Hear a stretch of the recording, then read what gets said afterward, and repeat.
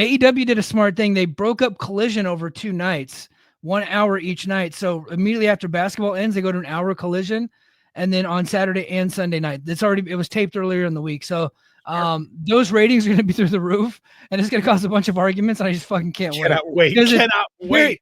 It's very much like an inflated rating, Yes. like it's fake, but you got to just totally like own it. Like, hell yeah, this is just what they did. I texted you guys this week. Do you know how I know AEW is back on? Right? Do you know how I know AEW is course corrected? I was on Reddit because I can't be on Twitter anymore. I just don't like it. So I've discovered the mutants of Reddit now.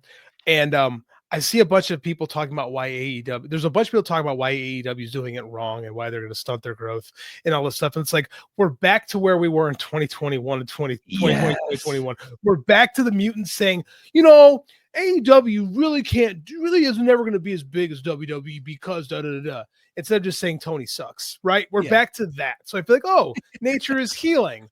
Moxley's making people angry again. Good. So it's like AEW's at its best when WWE fans hate it, right? Mm-hmm. And like the fed-pilled like operatives for the WWE are out there complaining about it. Because there for a while, like they were trying to make those people happy, and they have ceased to try at all to make those people happy whatsoever.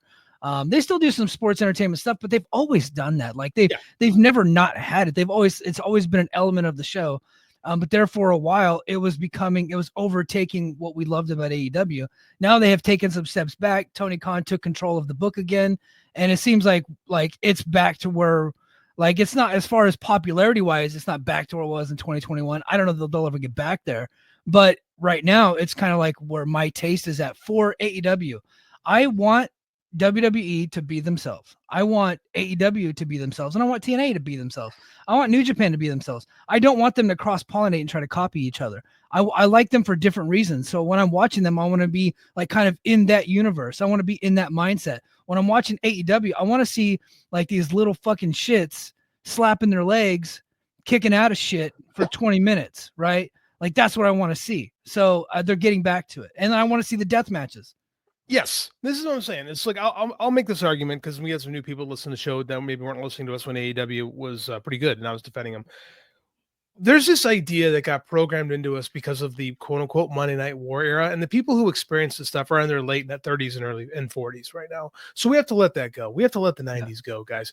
This idea that there has this Highlander-esque idea. By the way, did you see Facebook thinks Christopher Lambert and I are friends. I don't know why, but I really appreciate it. So there's this idea that there can be only one, and like if AEW exists, it must try to be bigger than WWE.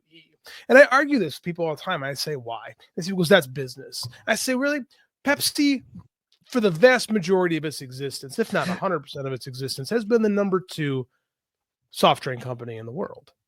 And they don't try to taste like Coca-Cola. They don't try to market like Coca-Cola. They very much have their own deal and have their own fans and do their own thing as the number 2, right?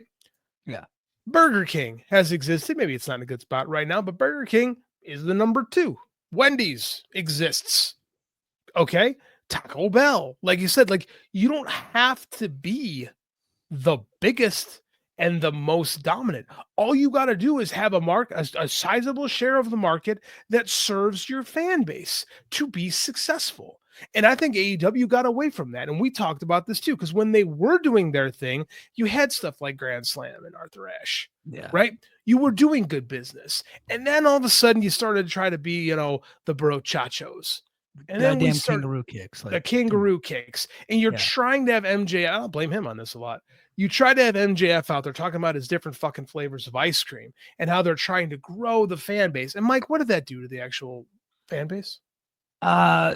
BOGO Max was then invented on this show, like buy one get one free. Like the house show business tanked essentially, and that's why they're playing like smaller theaters right now on their weekly show, which I happen to think they look awesome, and I think it's cool.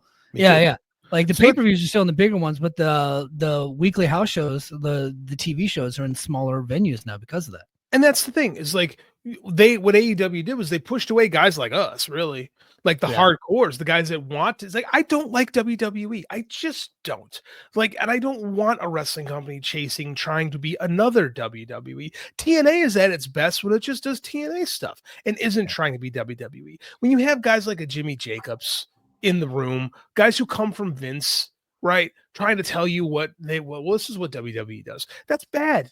Don't do. I mean, so I bury Eric Bischoff every chance to get. So do you. It's a lot of fun. Yeah. The one thing he did right was he said when Nitro started, he made a list. This is what they do. I can't beat what they do. I can be different. And the more that they try to be different, the better off they are. Yeah, dude, the WCW Vault channel on YouTube. Oh my god, it's fucking rules, bro. It rules so much. I just they have a live feed on there, and I'll just go hit that live feed sometimes when I got the TV to myself.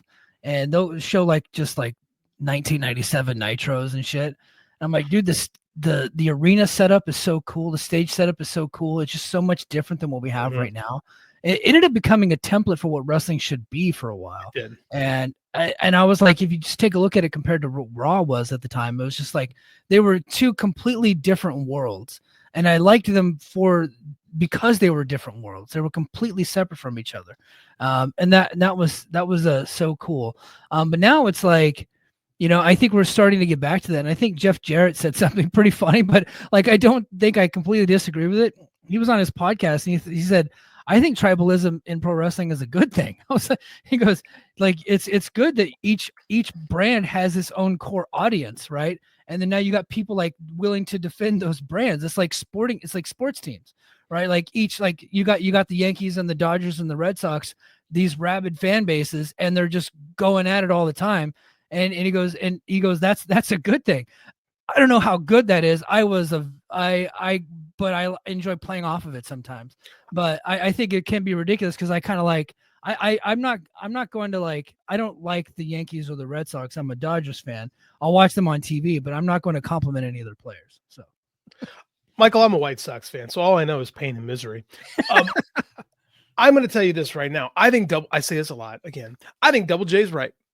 I think the Last Outlaws were correct. Because tell me wrestling wasn't a lot more fun when AEW fans and WWE fans were fighting constantly, and AEW fans actually had something to kind of rely on and go, look, our stuff is just as good, if not better, right? It's not as fun when WWE just trounces over everything and has such an iron grip, right? And it always will, but so will Coca-Cola. Coca-Cola always have that number one spot. It just will. Doesn't mean Pepsi can't exist. Doesn't mean there aren't people in the world who'd rather crack open a Pepsi. Yeah, for real. Okay, so like I said, I think I was the actual top story tonight. JD, you've been off of Twitter. Did you? I have no idea what's going on. You have no idea what's going on? Okay, so this tweet from me. I love when you get yourself in trouble, by the way, and I don't know about it because then I get to experience it live. Yeah, because you're just not on Twitter. So I was doing a bit on Twitter the other day, just making a joke. I said, so Lex Luger going into the Hall of Fame, right? Mm-hmm. And he obviously wants Sting. Sting would make the most sense to induct him into the Hall of Fame. Sting is under contract to AEW. And so Dave Meltzer was on his show. He's like, Dave says that if he was AEW, he wouldn't let Sting induct Lex Luger into the WWE Hall of Fame because of all the times that the WWE has been a dick to AEW, to include the time that Billy Gunn was being inducted into the Hall of Fame as a member of DX. And on the stage, they said he was a part of some pissant company, right? Mm-hmm. And also the fact that during Sting's retirement match, WWE wouldn't let Lex Luger be shown on camera. He wouldn't let him be a part of it. He was in the audience, but he wouldn't let him be a part of the moment. So Dave was saying that because of those reasons, unless there's a monetary or some specific business deal, that Tony Khan should not let, Tony Khan doesn't have to be the nice guy in the situation, right? So I did a bit. I made a joke.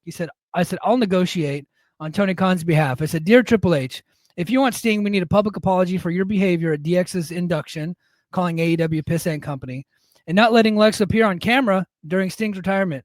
Admit to the public that was all bitch behavior. In those words, and then we could talk about Sting appearing. We want to make this happen for Lex. Feel free to DM. And so, oddly enough, this went viral. Let's see. Viral for me, people, 42 bookmarks. And then look at all these blocks I got. I just blocked all these people. Like I just blocked like person after person, and of course I plugged our YouTube. I just went all in on some of these. Oh yeah. So look, so yeah, talking about people's moms. I went after some of these guys, but they were coming after me a little bit. Most of it was just people saying that I'm like fat, gay, and retarded, and all this stuff. It was like a whole day of that stuff. Can confirm you're neither of those. Okay, fat. Maybe. Like I've been getting a little pudgy since my son was born. I did do 4 miles today because of it. Because yesterday went to the beach, right? And I'm like no shirt on, just holding my son, and he's like on my chest, and he kind of slid down. He tried to get the nip. I was like, bro, no milk in that thing. But he didn't know the difference. He was trying to go for the nip. I was like, dude, come on. So but so they might have got me on the fat thing. The other two things, I was like, I don't know about that. But saying those mean things to me, I was like calling me gay and retarded. I'm just like, that's like a normal greeting like 15 years ago in my neighborhood. That's like no big deal to me. I walk through that shit. You guys can't. Like the thing is like none of these people can get to me, and that's got to be infuriating. I just laugh at them, and then I do the insult block combo, to where I will just say something awful and then immediately block them so they can't respond. That is the greatest move I think in Twitter. Like Twitter still has good things to it. And to where you can do an insult block. One guy said, he goes, I bet this guy hasn't lost his virginity. So I, naturally quote tweeted the guy. And I said, I actually lost my virginity years ago, and I'd show you the video, but I don't think you want to see your mom like that. And then I blocked him immediately. So just railed on these dudes for like a good 24 hours. You guys can't get to me. I'm too good at this. I am unfuckwithable. See, we grew up in the 80s and 90s, man. Like this kind of language was like part of the course. This is how you just got through the day. Like someone called you the F word. You're like, I almost said the word because we were so used to saying it when we were growing up. Right. I mean, yeah, I get it. Like it doesn't matter. Did anybody of consequence respond out of curiosity? Not just a bunch of versions. Okay. Like nameless, faceless trolls. A lot of them were all very similar. So it could have been like a coordinated attack by the Triple H bots, like the Legental army. They were coming after me. Yeah. You got Legental? Yeah, I got Legental. I was hoping like a Julian Weeks or Air Gold. But I did make it onto some Facebook accounts, like some like the WWE lover Facebooks.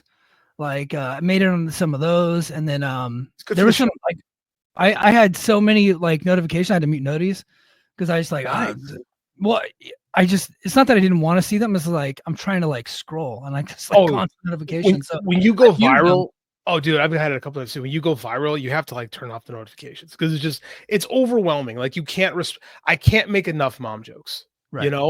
Like I understand completely. Very proud of you, by the way, for promoting the show in this regard and letting them know exactly the kind of content they can experience in the Mike and JD Show. If you like this kind of content, check out the Patreon at patreon.com/the Mike and JD Show. Mike and JD Show. Yeah, Fed trolls are welcome. Fedophiles, Fed heads, Fed trolls, the bots. They all they're all welcome here. As long as they're willing to spend money on me, I don't care. Yeah. Give us your money. Tell us how stupid we are. Yeah, check out Mid-South Madness by JD. Check out Brace for Impact by Mike. Articles, extra audio. It'd be great. You'll love it.